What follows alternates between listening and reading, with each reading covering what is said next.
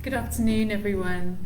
Welcome to my channel if you're watching on YouTube.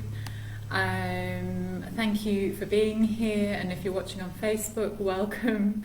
My name's Christiana Davidson, and I'm a psychotherapist and a hypnotherapist. I'm very grateful to be. And I work with clients that come from a background of childhood trauma, family dysfunction, and particularly sort of narcissistic family systems. And the more and more that I work with clients, the more aware I am of just how much this is an issue for people. So many have come from narcissistic family systems, and in order to heal from this, we really do need a very focused plan in order to step out of this multi-generational way of relating to others. And that's the work that I feel so blessed to do. So I've come up with my own method, and it's very short and focused, and really does a thorough job of going to the heart of things, to the root of things. Now, one of the things that we're going to look at today, an aspect of growing up in a dysfunctional or narcissistic family system, is this overriding sense of competition. Now, I did do my last video on when your parent competes with you, but today we're going to take a bit of a step back and sort of see the family system and how that is based on competition.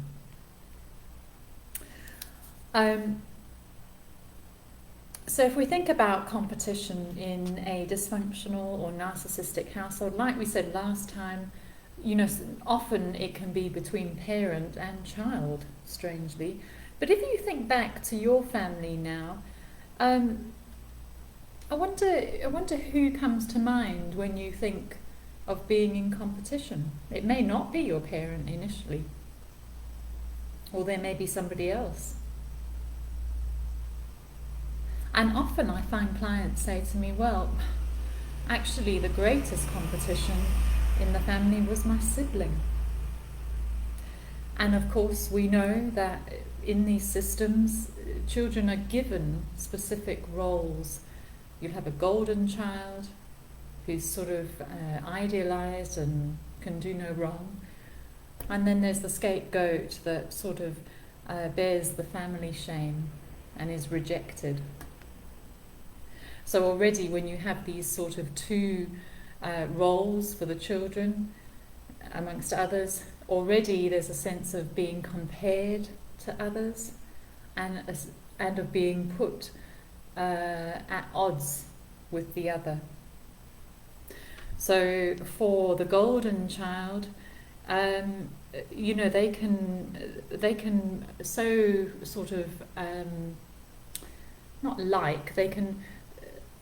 they can need to hold on to their role as this idealized child so much that it can in turn lead to narcissism perpetuating in them.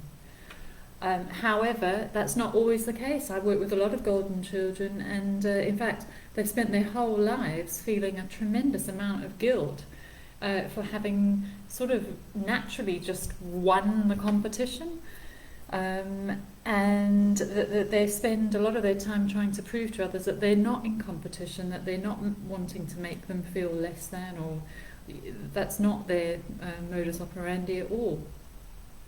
The scapegoat child, the scapegoat child can also go either way, either towards narcissism or to trying to step out of the competition. The way that they may tend towards more narcissistic values is, this desire for revenge, desire to see the golden child fall, the resentment and hatred that may foster within them can then lead on to narcissism and a demand for justice by stamping on others. But they can also, in their own turn, be highly empathic and actually want to help the golden child or other members of the family to step out of the system and to come out of the competition. So the first thing of competition in narcissistic families after the parent-child is between the siblings. And you may recall this, playing games with your family, I don't know, board games or card games. And, if it was with your sibling, there can often be such tension and such a need to dominate between the siblings. And it can lead to huge arguments and rows and tantrums. Also, though, if you think back to when your parent played games with you, now if you had a narcissistic parent, depending on their type, you may have found that despite you being at a very young age, the parent played the games to win. Instead of giving the child a chance to win the prize or whatever it is, the parent will be competing with them just as if they're an equal challenge. So that can also be an element of this sort of rivalry, competitiveness, needing to snatch everything for themselves. So what we have here really is we have parents competing with siblings, siblings competing with each other, and we learn as children in these families that to be in relationship is to always be on guard and to be in competition. You see, you can't trust others. This is what you come to learn, because secretly they want to win over you. They want to prove themselves over you.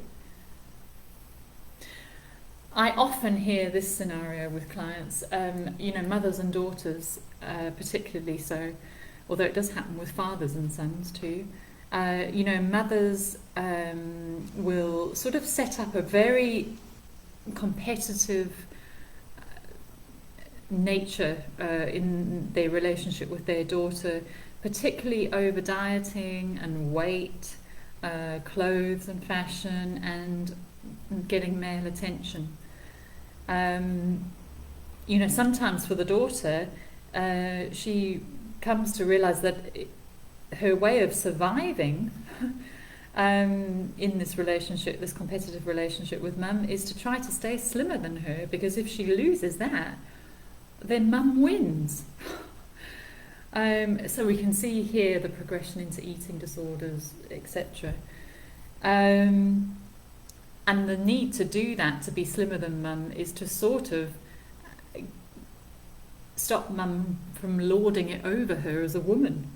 And that's not a very healthy situation to be in, is it? A mother should be, helping the daughter to flourish and wanting to see her flourish. Another scenario, this is kind of comes out of the one I've just shared.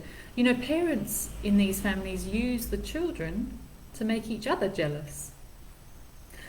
So, one example is the father uses the attention that he lavishes upon his daughter to triangulate with mum and make her jealous, to reject her.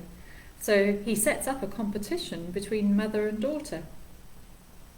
And thus we see how they compete in terms of their attractiveness to men. And the daughter, can often be rejected by the mother so that she's no competition to her. However, she gets love and acceptance from the father for her physical appearance, so the daughter clings on to being more attractive at any cost in order to maintain some sense of self-worth.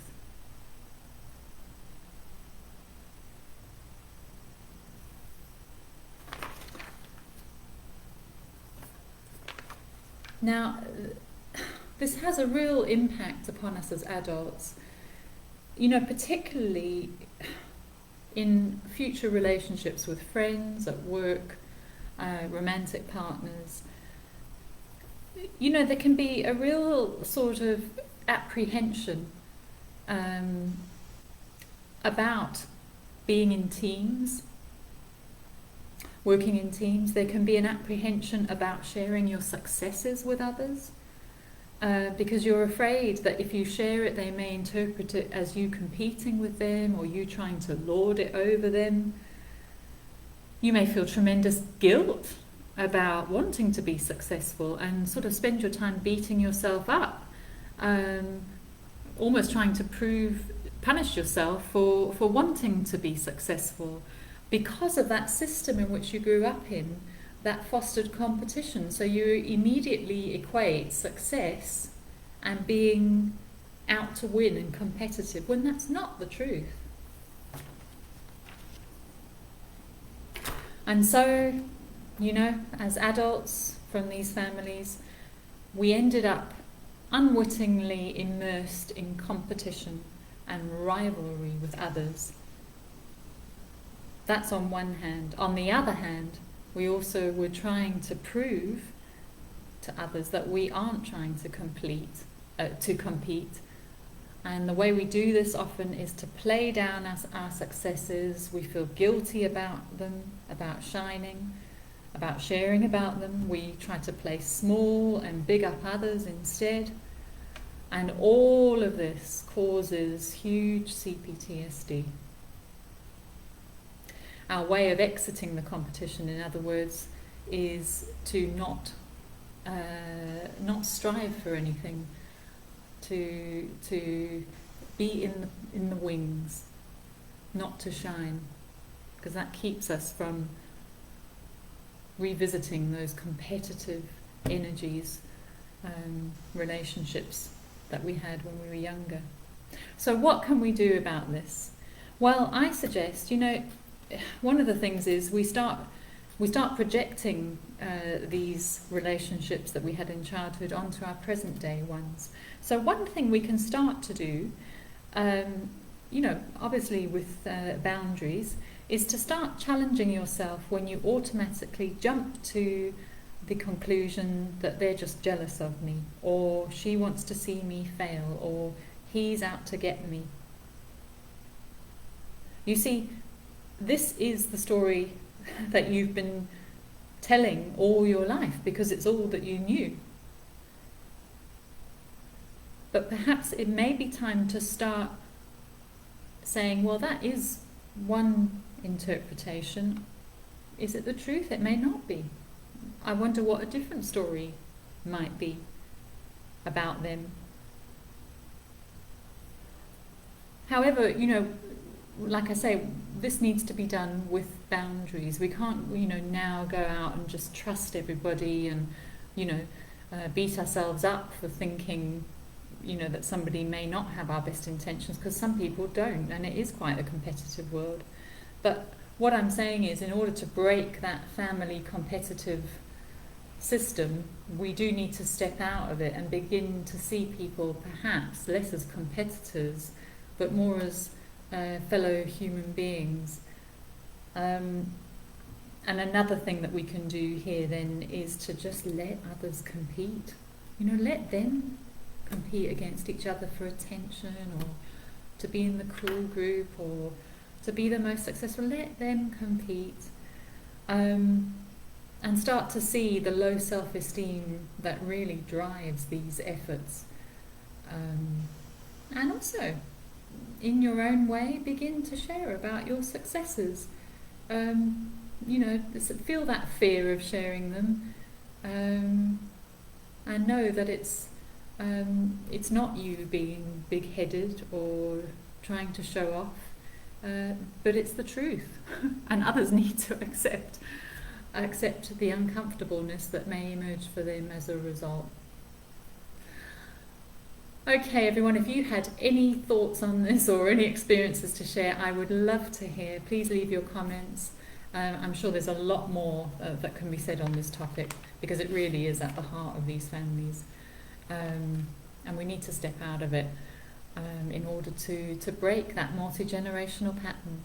And if you'd like to do that, really thoroughly, please book in with me. I'll leave my Calendly link and you can book in for a free consultation. Okay everyone, take care and have a lovely afternoon. Bye now.